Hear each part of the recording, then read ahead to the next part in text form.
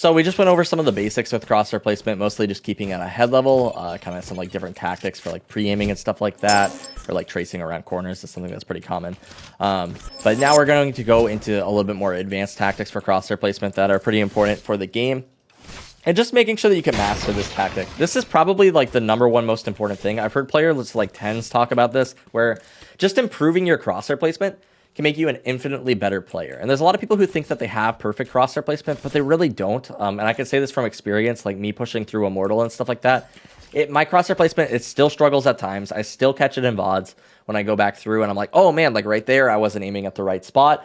It's something that is constantly needing improvement, and hopefully we can break down some of the ways in which that would be a thing. So, for example, right here, the very basic way to start, I guess, with this more basic way to start with the advanced tips would be like, if you're aiming at like a close corner like this, the target's going to swing right past your crosshair generally if they're wide swinging in this, right? Now, there are times in which aiming this close will be good. For example, if you think somebody's going to be like jiggle peeking this for info, like you don't think they're going to actually like challenge you for a duel or something, like maybe I do like something like that just to see if there's info.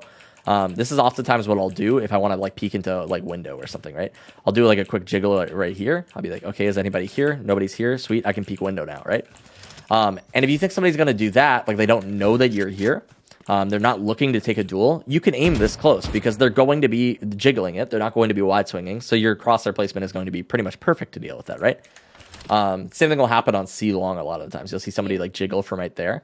And if you aim close to the wall, this can be good to actually pick that player off. However, if I think this player has been like he's been dueling mid a lot and I think that he's going to wide swing, notice how I just swung past your crosshair. You were aiming like right here and I swung like all the way over here, right? It's going to be really hard for you to adjust to that, and your crosshair placement isn't going to be perfect. Now, a lot of the times you might land the shot, and this might make you think that like your crosshair placement was good, but there's always small improvements that can be made to deal with these sort of interactions or situations, right? So, like, if you think somebody's going to be wide swinging, going off of that, you're going to want to be aiming like right here, right? If you think somebody's going to wide swing out a door, they're going to wide swing to about that angle, and then you can like pre-fire them right there. Or not pre-fire, but you'll be prepared for it, right? This is really, this is kind of like going into the concept of how people are going to peek things, right? There are lots of different ways that people can peek angles. They can do in those jiggles. They can jump peek. So for example, if somebody's like jump peeking backside or something, doing something like that.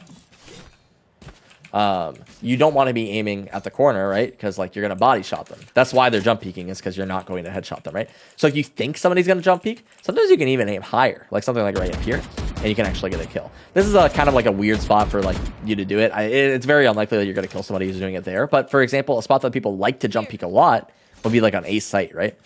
So if we're coming over here, and this is a very great example of this because it's so like obscure, but sometimes when you're explaining things, it's good to start with the things that are a little bit more extreme so that you can like break it down and you can take it to the less extreme examples after that so you can understand it. So right, if somebody was jump peeking right here, obviously if you're expecting a jump peek, you're not going to be aiming anywhere near here. Like this isn't going to do anything. They're going to be peeking from up here. So instead, you'd rather, if you're this would be good crosshair placement in this situation. If you thought somebody was going to jump peek this and you were aiming right here, this would be fantastic crosshair placement, right?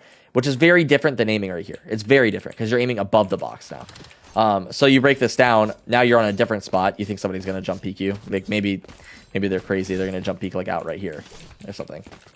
You know, if you think you're going to expect that, you wouldn't aim right here, right? You would aim up. So hopefully that gives you a good idea of how you can adjust your crosshair placement based off of what you think the enemy is going to do. Now, throughout the course of a game, your crosshair placement is going to change, right? So as we talked about in the first video, a lot of the issues with people whiffing comes from crosshair placement. It's not actually that their aim is bad or anything. It's because their crosshair was positioned in a spot that wasn't correct, and they had to adjust, and their adjustment was bad. So in turn, it does come down to the aim a little bit, but it's the crosshair placement that they should be focusing on. It's not the whiff, because you can't really adjust the whiff. The whiff is something that is going to mechanically weigh on you. As a player, like our aim and our adjustments are going to be something that we don't really have control over, but what we have control over is the decisions that we make throughout the game, and crosshair placement is very much a decision that you make, right? We talked about how on in the previous video how you need to adjust for elevation and stuff like that. So elevation would be like down here, and this is one of the errors that a lot of players will make with their crosshair placement that they don't realize. Where I actually had a clutch recently the other day where there was a sage wall, like maybe on a slant or something. So say, actually, I can actually just showcase this. Let's switch over to Sage right here. 30 seconds left. And this took place on Breeze, actually, but we can do it here on Haven. It's no big deal. So there was a Sage wall, something like this, right? And I was holding an angle like this or something. And where I'm pre-aiming right now is expecting a player to peek from right here, right? If a player peeks from right here, my crosshair placement would be really good because that would be head level right there. But the problem is this changes throughout the course of the game, and there are 2 angles I'm actually holding right now. Well, there's probably more than 2, but my crosshair placement is positioned well for right here. But what I don't realize and what I didn't comprehend at the moment is that the player can be close to the wall. And if the player peeks close to the wall, suddenly I need to adjust my crosshair from here all the way up here because the player's head it's going to be on the slant right here. And the elevation is going to cause me to miss this. So although my crosshair was in the right spot, and when that player peeked me, I did body shot them, I did not headshot them, and I lost that engagement.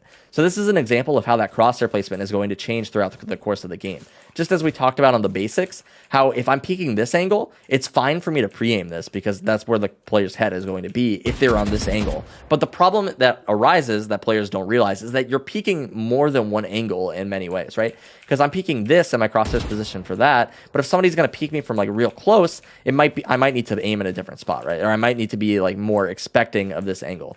This is a little bit different because we're on the like leveled elevation. But as you like change, as we were talking about, like maybe over here, if I'm aiming right here, yeah, say I'm aiming like right here and somebody peeks me from like right here, right? I'm holding multiple angles. Or even like if I'm aiming right here and I think they're going to peek on the back of the box and they peek close, as we know about like the visuals on the map, this means that there's head level, right? That's where my head level pretty much is, like right around here. So if I'm aiming back here, my crosshair is just not prepared to like deal with this, right? It's just completely different elevations. And if somebody peeks me close, this could be bad. Now, peeking generally close to a wall is not something that you want to do. You probably peek from back here if you have the ability to do so. But you guys are starting to understand how like dynamic this can be. Good crosshair placement in one situation is not always good crosshair placement in the other. And just aiming at head level is not really enough for players to have good crosshair placement. Just knowing that you need to aim at head level. It's a lot more complicated than that. Beyond that, there's also... actually, we'll break this down in another video. We'll break this down in a third part. So I hope you guys enjoy this, and we'll get on to that.